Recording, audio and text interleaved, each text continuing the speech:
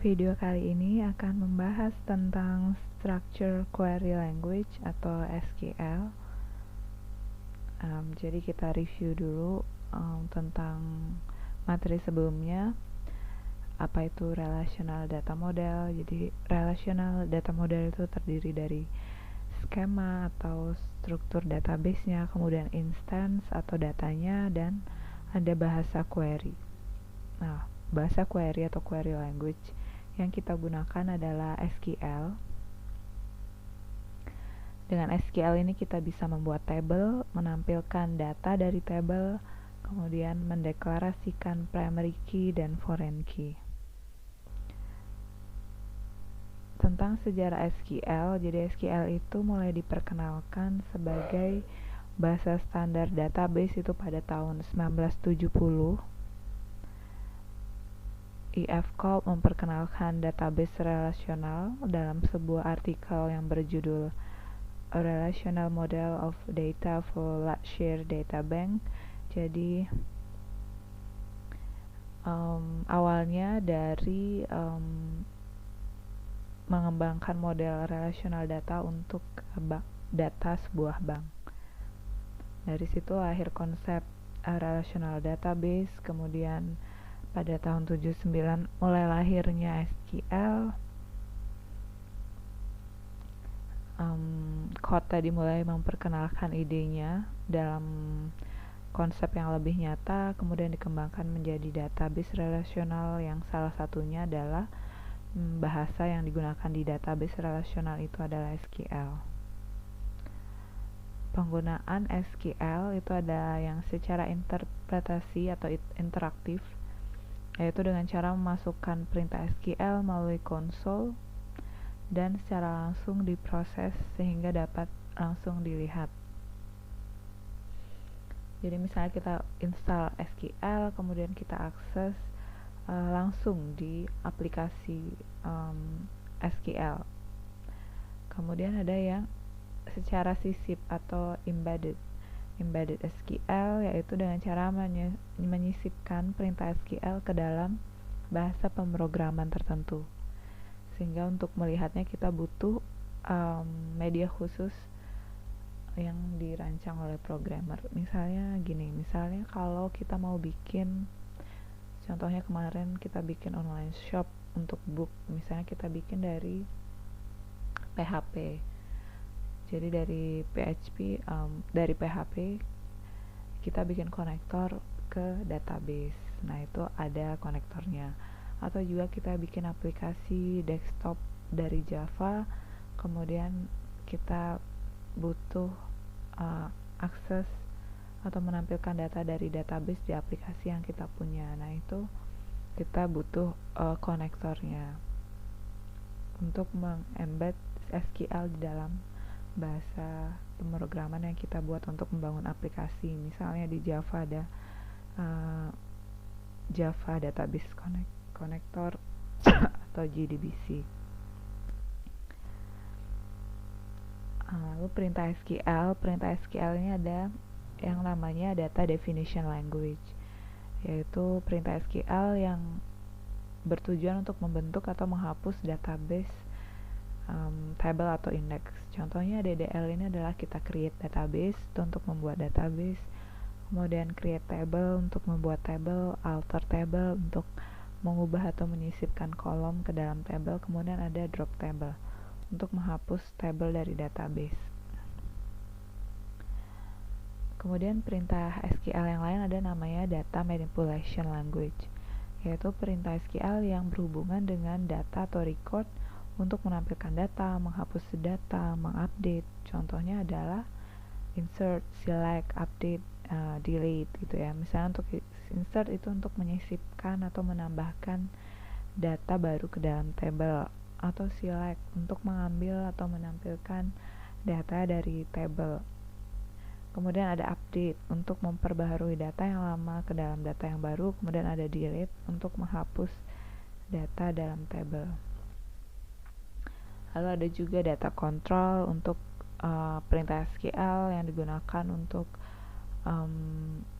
mendefinisikan pemakai yang boleh menggunakan database atau tidak, kemudian apa saja privilege-nya. Contohnya adalah commit, rollback, grant.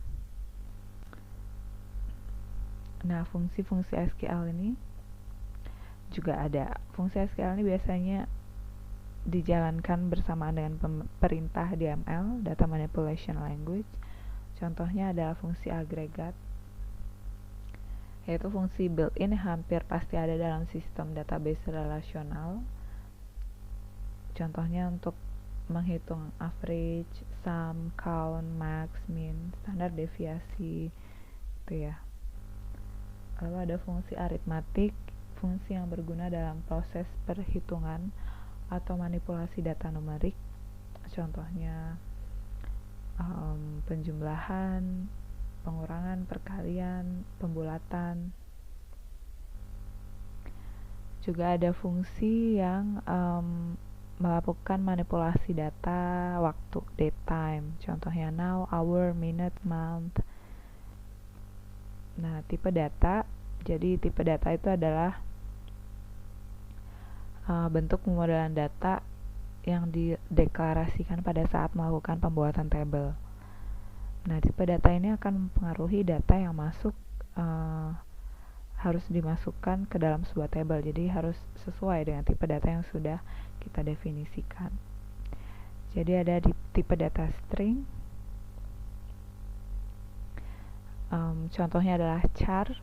Pendeklarasiannya ada char, kemudian dalam kurung size-nya. Jadi char ini merupakan tipe data string yang memiliki panjang karakter maksimal 255 karakter.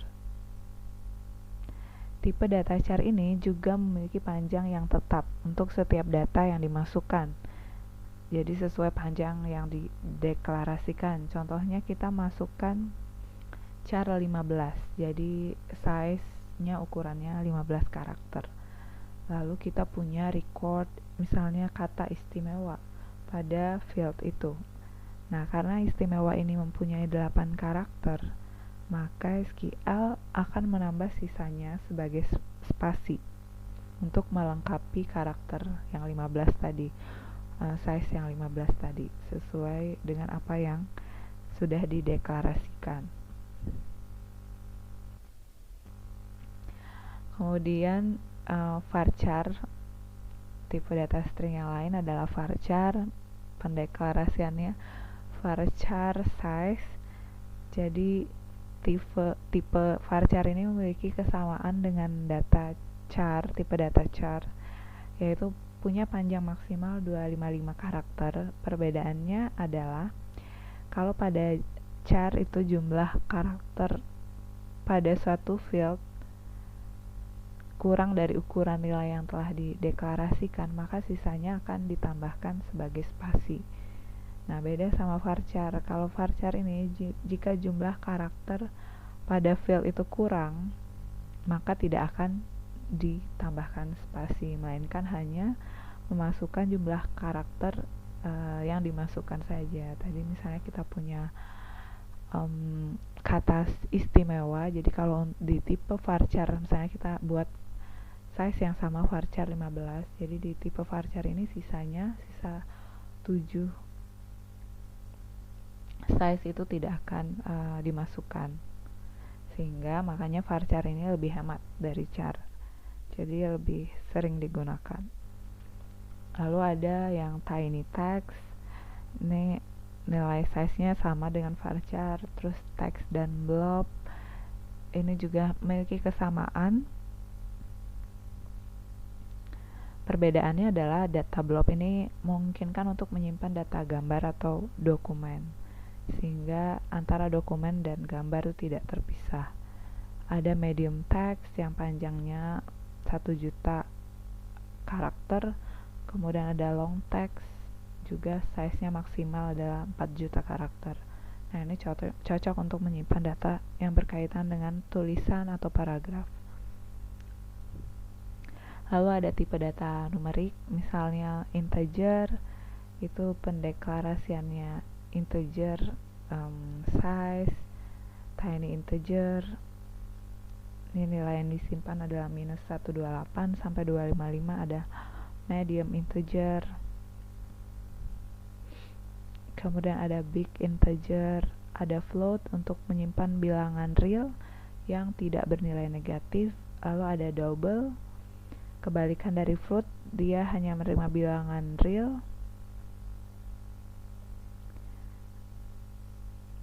Kalau float itu hanya menerima bilangan real, sementara double dapat menerima bilangan real atau desimal.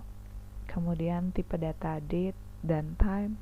Untuk date, misalnya kita mau menyimpan nilai dengan format tahun, year, month, dan date.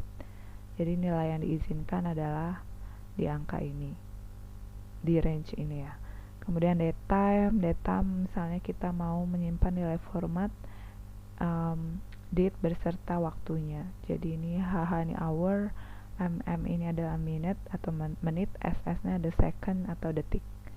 Jadi nilai yang diizinkan adalah di range ini.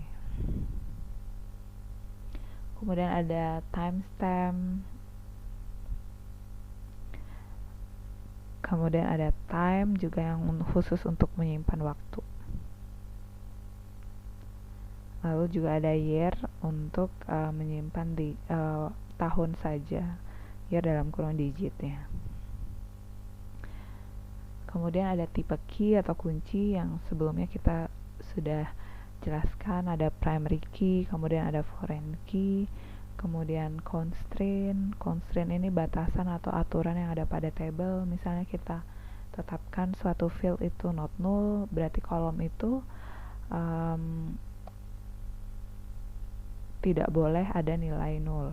Kemudian unique itu berarti kolom tersebut bersifat unik, tidak boleh ada data yang sama. Kemudian ada primary key, constraint primary key itu tuh membentuk key yang unik untuk satu table. Kemudian ada foreign key yang mendefinisikan pada kolom tersebut bahwa kolom tersebut memiliki relasi terhadap table lain.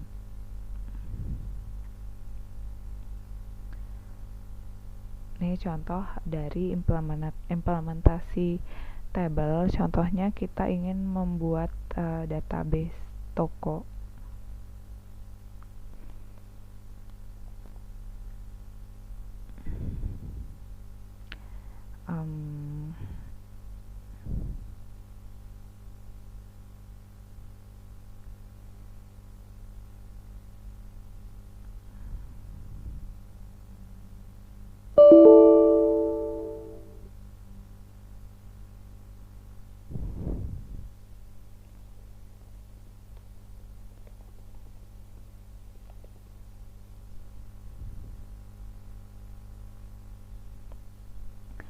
Nah, contoh kita udah punya nih database toko.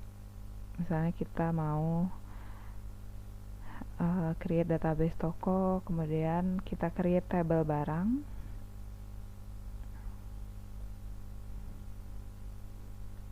Ini di sini kita create table barang.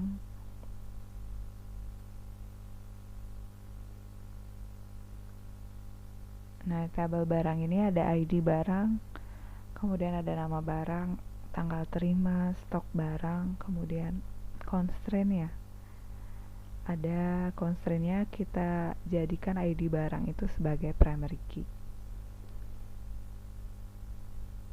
Nah, ID barang ini tadi tipe datanya varchar, size-nya 50, nama barang varchar juga size-nya 255, kemudian tanggal terima not null, stok barang itu boleh null dan dikasih default null kalau misalnya tidak ada data yang masuk. Lalu kita run query-nya.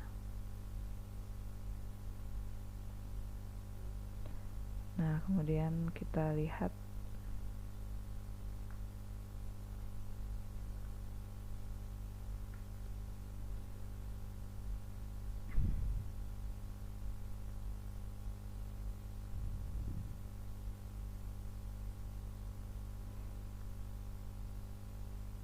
nih, kita udah punya table barang di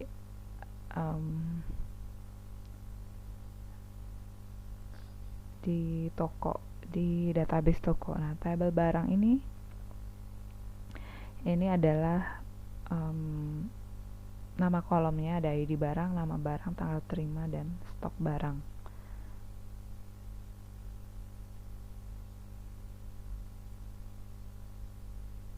Nah, begitu juga kalau kita mau implementasi tabel pembelian ya.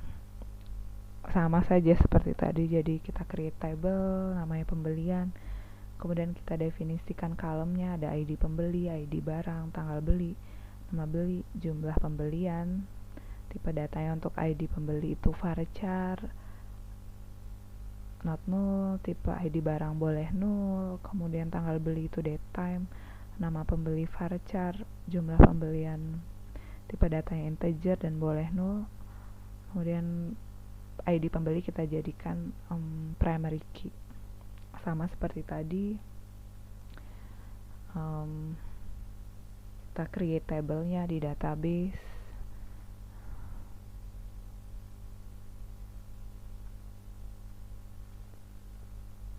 Nah, terus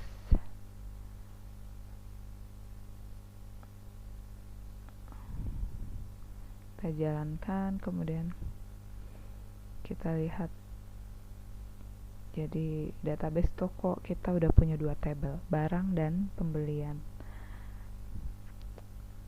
Nah gitu, sekian untuk materi kali ini, mudah-mudahan bermanfaat. Terima kasih.